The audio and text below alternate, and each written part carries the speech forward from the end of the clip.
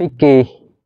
Jadi ilmu fikih itu adalah apa yang kita lihat, bukan pada kenyataannya. Contohnya umpama kita beli ayam. Ayam itu ya wes, kita teko beli ayam yang kita lihat bahwa ayam itu halal, maka tidak boleh mencari-cari iki ayame nyembelih maca bismillah apa ora, ayam remaling apa ora gitu ya. Nggak usah mencari-cari itu karena itu memakai ilmu fikih. Seperti contoh lagi, kalau yang menurut ilmu fikih ya, contoh kalau maghrib itu ciri-cirinya adalah ketika matahari tenggelam itu. Tapi pada kenyataannya matahari itu tidak tenggelam karena matahari dan bumi itu besar matahari. Nah ya, itu hakikatnya. Tapi menurut ilmu fikih ya apa yang kita lihat saja gitu ya. Jadi hukum fikih itu tenang, gampang nggih. Ora usah digawe ribet. Nah, terus mataroka minal jahli syai'an man aroda ayyahdatsa fil waqti ghairu ma'dharu wa fi. Ini kan berkaitan dengan waktu. Jadi terkadang kita itu dalam satu waktu merasa susah, merasa sedih. Nah, alangkah baiknya tetap bertahan di keadaan itu ketika keadaan itu tidak menyeret kita pada kemaksiatan. Contoh, ini kan Isra Mi'raj ya. Jadi di antara asbabul mi'rajnya Nabi itu diantaranya adalah ketika Nabi itu mengalami yaumil huzni atau amul huzni. Amul huzni itu tahun-tahun duka ya, ketika ditinggal istrinya, terus di blokade juga toh. Nah, kemudian Allah Ta'ala memberikan hiburan, yaitu Isra Mi'raj gitu ya. Jadi pada dasarnya wis saka mbiyen nek dhewe mumet ya urusane hiburan atau golek apa kuwi, golek hiburane seket mbiyen. Terus berkaitan dengan doa, di antara keterangannya ini ada lagi secara hikam ini ya. Jadi doa itu sebenarnya hanya sebagai ibadah. Jadi doa itu hanya ibadah. Jadi kalau ada kita berdoa kemudian terkabul, itu semata-mata bukan karena doa kita gitu ya. Itu yoming karsane Allah gitu ya. Jadi kabeh iku ya minallah. Jadi doa itu hanya kita sebagai makhluk sing butuh karo Sang Pencipta. Mengono tok. Lah nek setiap doa kuwi dikabulkan, lah akeh wong ora ndonga ya dikabulkan keinginane. Gitu kan gitu. Jadi doa itu adalah sarana ibadah. Pun ini paham nggih? Sithik-sithik paham pokoknya. Tapi yo paham ra paham sing penting ngaji lah gitu ya. Karena ora paham ki ya tetep berkah ya. Tetep ana berkah. Jadi wong nek ra paham kok ngaji kok ra paham kuwi akeh berkah. Sebab ngono takoni malaikat kok melanggar wong aku durung paham kok ngene ya. Ijeh belajar. Makanya dari tadi kan awalnya kan nawa itu ta'aluman ya toh. Iya toh. Maksudnya so nek takoni malaikat wae ngono kuwi. Nggih. Ya iki tenan iki lho. Jadi umpama ya, kula kalian jenengan iki kan dalam tolabul ilmi to iki belajar iki ganjarane oke jenengan. Wong ku utlubul ilma, tolabul ilmi faridatun ala kulli muslimin wa muslimatin. Menuntut ilmu itu wajib buat muslimin dan muslimat. Menuntut ilmu wajib. Nek wajib dilakoni berarti oleh ganjaran toh. Dan jenengan kan yang menuntut ilmu. Berarti kan ganjarannya oke jenengan. Nek sing ngajar kan ora. Gitu. Waduh, sing ngajar ora klebu kuwi. Ya wis ra apa tapi nggo rame-rame donya. Maksudnya ngene iki. Mataroka minal jahli syai'an. Ya, jadi jangan pernah mempunyai pemikiran untuk berpindah dari suatu keadaan ke keadaan lain ketika keadaan yang pertama ini itu tidak menyeret kita kepada kemaksiatan. Jadi intine iki adalah istiqomah. Jadi kaya nek ngeduk sumur ya keduken terus sampai metu banyune. Aja pindah-pindah urung metu banyune pindah meneh gitu ya. Ah terus watune dia engko nek urung metu banyune kok ditinggal nyamari. Bisa jadi kecemplung ning sumur asat bahaya. Terus wow nggih ke tinggen Isra Mi'raj tadi ya iki ya sithik-sithik memperingati Isra Mi'raj ngoten nggih Pak. Jadi dalam Isra Mi'raj iki Nabi Muhammad itu kan ketemu beberapa nabi. Nah, di antara di situ tuh yang masyhur ya. Saya bukan cerita seperti yang diceritakan umumnya gitu ya. Nek umumnya mesti sesuai paham nenggen. Ini ceritanya ada dialog antara Nabi Isa dan Nabi Yahya. Jadi Nabi Isa itu termasuk nabi sing khusuk banget. Jadi opo-opo ngati-ati poso terus ya ngati-ati pono sedih terus karena wedi ning pangeran. Saking wedine ning Allah taala. Nah nek Nabi Yahya iki wonge nyantai banget nggih. Opo-opo guyang-guyu seneng wis pokoknya urip iki digawe seneng tenan. Ngene ya. Lah terjadi dialog sehingga dialog ini dijadikan patokan untuk beberapa ulama sampai saat ini sebagai madhab gitu ya. Atau sebagai ijtihad. Di antaranya, hei Nabi Yahya, kowe iki lho urip ning donya kok seneng terus sih. Kaya-kaya ora ana siksane Gusti Allah, ngene ya. Akhirnya Nabi Yahya jawab, hei Nabi Isa, kowe kuwi urip ning donya kaya sedih terus seakan-akan tidak ada rahmatnya Allah taala. Jadi wong nek sing urip ning donya sedih terus tapi sadar, tapi sabar ya. Kuwi ya tetep ana tuntunane kaya Nabi Isa. Nek urip seneng terus ya toh digawe bahagia, sak bahagiamu ngono kuwi ya. Nah kuwi tetep ana tuntunane Nabi Yahya, tapi sing penting kabeh kuwi minallah. Jadi khairihi wa syarihi minallah. Kabeh iki wis ditakdir ning Gusti Allah. Apik karo olone kuwi tetep ditakdir ning Allah taala. Ini ya.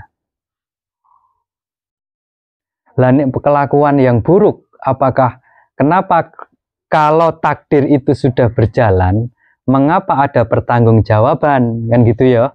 Mesti pertanyaan ngono ya. Iya. Ya aku jane mewakili jenengan kabeh arep takon tak takoke sisan ya. Ben kaya wong stres sisan ya takon dhewe jawab dhewe. Ya, jadi mengapa apabila takdir sudah berjalan, mengapa dimintai pertanggungjawaban? Nek umpama takdir aku nglakoni Allah, napa ndadak disiksa? Kan begitu ya. Tapi keterangannya nggak seperti itu. Jadi Allah Ta'ala itu setiap membuat sesuatu, kuwi mesti berpasang-pasangan. Di antaranya ada baik, ada buruk. Kabeh kuwi ciptaane Gusti Allah. Kemudian adanya Nabi itu adalah menunjukkan sirotol mustaqim. Maksudnya jalan yang lurus. Jalan yang lurus kuwi jalane sapa? Gitu. Bukan jalannya Allah.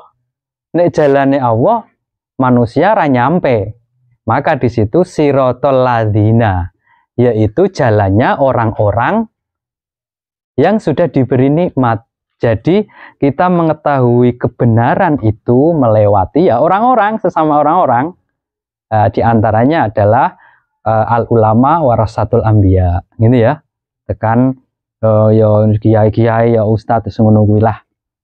Ya nggih. Jadi saka nabi dhewe ra menangi nabi, saka sahabat-sahabat ra menangi tabi'in tekan para wali tekan saiki.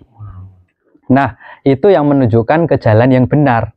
Nah, wis ditunjuk ke jalan yang benar kok ije melakukan kesalahan. Nah, maka di situ baru yuk dikasih pertanggungjawaban.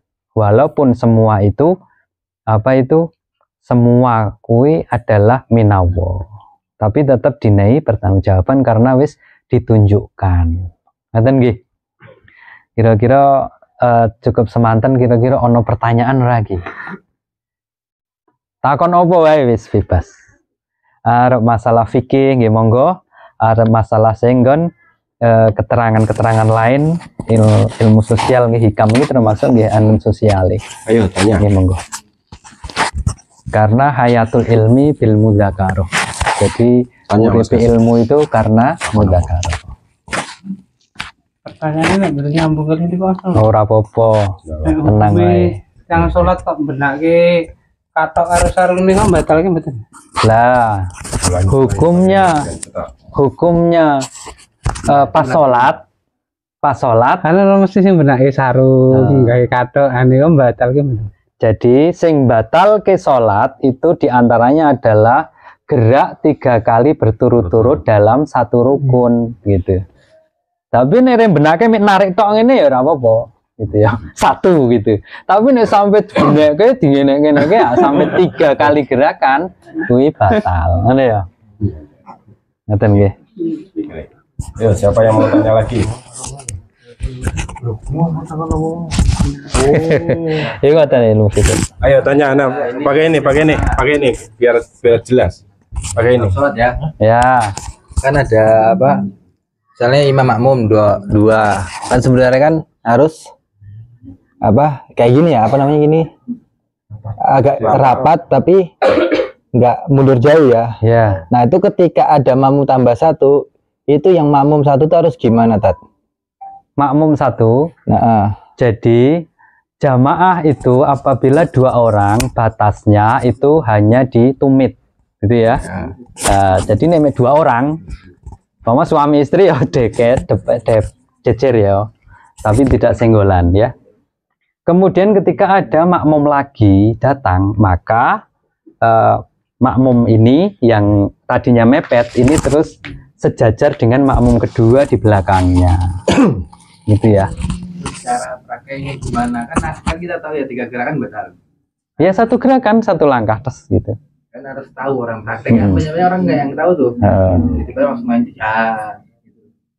ya itu langsung praktek mundurnya. Gimana? Iya langsung melangkahkan kaki mundur. Gitu loh, Oh begini ya. Contoh ya. Oh wong saiki kudune contoh wae ya. Jadi gini umpama gitu. Ya sudah tinggal mundur gini. Jadi gini toh. Terus ini imam sini, ada makmum lagi, terus mundur gini. Nah kalau umpama ada makmum, imam lagi ngimami batal, imamnya kan mundur. Lah yang imam sebelah kanan depan itu maju, gantiin. Itu juga, itu ya. Lah terus nih sholat itu kan kadang ada soft itu harus deket-deketan gitu ya. Nek longgar jo piye? Jari longgar disisipi setan ini ya. Ya jane ra apa-apa setane ben melu sholat gitu.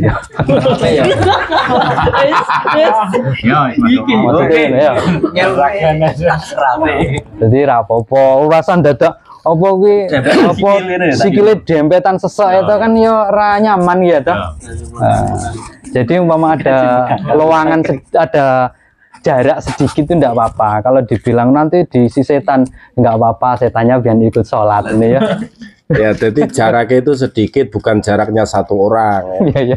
Patokane ketika seekor anak kambing bisa masuk itu lebih dirapatkan lagi. Nah terus ke dalam ilmu fikih itu kalau bab sholat itu ada hukum spesial bagi seorang makmum gitu ya. Nggak ngajine sing penak-penak wae. Maksudnya gini, jadi kalau ada makmum masbuk ngertos nggih? Makmum sing keri. Jadi makmum masbuk iki nek telat maca Fatihah, tapi melu ruku, ije kebagian ruku, maka walaupun makmum tadi ora maca Fatihah, itu tetap dihitung 1 rakaat. Walaupun pada hadisnya adalah ora ono salat, tidak ada rakaat tanpa Fatihah. Gitu. Tapi khusus untuk makmum masbuk tadi, makmum yang carry gitu ya. Kok ketinggalan tapi maca Fatihah urung rampung, wis rukuk ae melu rukuk. Gitu. Jadi ra apa-apa, ora maca Fatihah iku sing nanggung imame ngene yo. Ini dalam fikih seperti itu. Ayo tanya, fikih boleh, yang keluar dari fikih boleh. Ya. Bertanya syariat boleh, yang tidak ya, keluar dari syariat juga boleh. Saya mau menanyakan Mas. Ya. Sebelumnya Assalamualaikum warahmatullahi wabarakatuh. Ini pertanyaannya aslinya bukan dari saya tapi dari Mas Ageng, karena dia tadi tanya di jalan sama saya, tapi saya nggak bisa menjawab. Pertanyaannya gini, kalau misalnya malamnya itu mabuk, dia minum minuman keras lah, dan tapi paginya ikut puasa, itu hukumnya bagaimana? Apakah sah atau apa enggak? Itu untuk puasanya. Jadi tapi dia ikut sahur. Ikut niat. Nah, berarti puasanya tetap sah. Kalau masih ngeliyeng lah ya. Jadi sisa-sisa. Kalau dia itu masih ingat, oh iki aku kudu sahur, atau? Nggih. Ngono kuwi ya enggak apa, berarti kan kuwi wis sadar. Waras. Yang dinamakan masih mabuk itu adalah dia tidak bisa membedakan mana baik mana buruk, kurang ngerti niat barang wis gitu ya. Nah, terus gimana itu mabuk ya tetap oleh dosa, posone ya oleh ganjaran. Begitu. Nggih. Tapi pernah dengar untuk orang yang melakukan tindakan mabuk itu atau minum-minuman keras, katanya sholatnya tidak diterima selama 40 hari. Nah itu terus puasanya tetap diterima atau enggak, kita enggak tahu nggih. Ya itu tuh sebenarnya ya hukum seperti itu sebenarnya untuk warning keras supaya orang itu tidak melakukan mabuk gitu. Masalah diterima lan orane kan bukan urusan kita ya. Gitu. Ngene ya. Nggih. Jadi kuwi minallah gitu ya. Allah nggih. Ngene ya. Jadi kita itu tidak bisa memastikan sholat kita ini diterima apa ora, kan ra ngerti. Yang penting kita itu pas dengan syariat atau ittiba Nabi. Nah, kadosta di antara ittiba Nabi ya salate sedekap ngene ya. Nah, sakjane ora sedekap ya ora apa-apa. Allahu Akbar to ngene ya ora apa-apa. Gitu. Iya, matur nuwun. Nggih.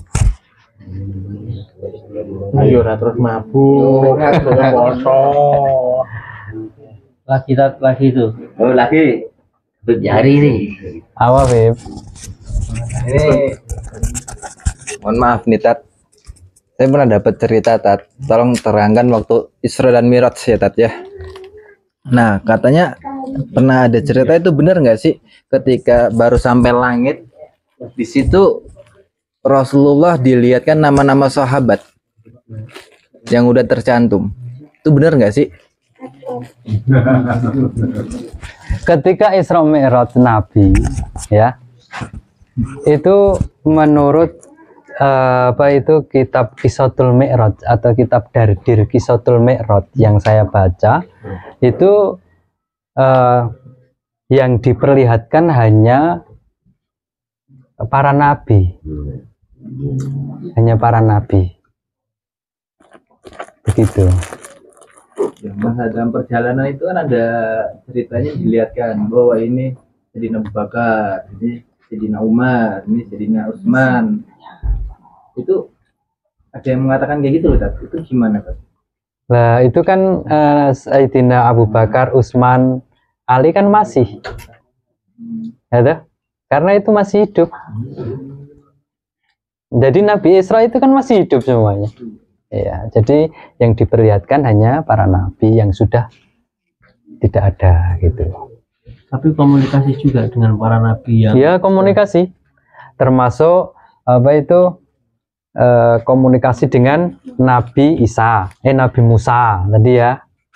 itu dalam perwujudan apa mereka komunikasi itu? Fisik, jasadiah apa enggak ada? Fisik. Pertemuan mereka komunikasi itu Isra Mi'raj. Ya bisa dengan wujud fisik juga gitu. Karena Nabi itu kan nur, nurun ala nur gitu ya. Nah, jadi ya sudah. Ya, jadi Nabi itu kan jasadnya ya nurun ala nur, maka tidak ada bayangan nih itu. Iya. Sama aja ya. Ya, tidak ada bayangan nih Nabi. Semua nabi. Enggak. Dalam cerita itu enggak. Nabi Muhammad. Nabi Mas seperti itu. Tapi pada saat Isra Mi'raj kan Nabi ketemu dengan para nabi yang lain juga. Iya. Nah, itu tolong sebutkan di langit 1, 2, 3, 4, 5, 6 itu nabi siapa aja tak? Wah, ini kalau ceritakan sampai itu nanti sampai subuh ini. Nabinya aja, nggak usah percakapannya gitu loh kan. Nabinya aja. Nabi siapa aja. Nah, gitu. Ya, diantaranya ya sampai di langit pertama itu ketemu sama Nabi Ibrahim. Kemudian ke Nabi Musa tadi. Terus ditakoni. Yang terakhir ya, Ya. saya. Jadi pertama itu ketemu Nabi Ibrahim ketika mendapat wahyu sholat tadi. Nabi Ibrahim ya biasa saja, enggak mempertanyakan dinai sholat ping 50 gitu ya. Ya Nabi Ibrahim enggak tanya-tanya, biasa saja. Berarti Allah memberi itu ya sudah memperhitungkan nih gitu. Kemudian ketemu Nabi Musa, baru namanya Nabi Musa kan kalamullah ya. Nabi yang sering bercakap-cakap gitu, maksudnya kalamullah itu sering bicara gitu. Lah yang perlu digarisbawahi pada Isra Mi'raj tadi adalah ketika Nabi Muhammad ini sampai ke Sidratul Muntaha dan mendapat wahyu sholat. Itu adalah Nabi itu bertemu Allah Ta'ala itu bukan dalam wujudnya itu. Karena kalau Nabi bertemu Allah Ta'ala dengan wujud, maka itu menyalahi aturan bahwa Allah itu tidak kenal tempat, ruang, dan waktu. Allah tidak bertempat. Gitu ya. Yes, mulai. Daripada berselancar, ada pertanyaan lain. Udah ya. Ada lagi Nah, ya. itu nanti kita akan membuat pikiran kita jauh lebih. Kan ya hari ini hari khusus itu. Masuk. Kula kinten cekap semanten nggih. Waktu maksudnya iki ya sementing ngaji, paham ra paham sementing ngaji. Kula kinten cekap semanten billahi ridho wal inayah. Wassalamualaikum warahmatullahi wabarakatuh.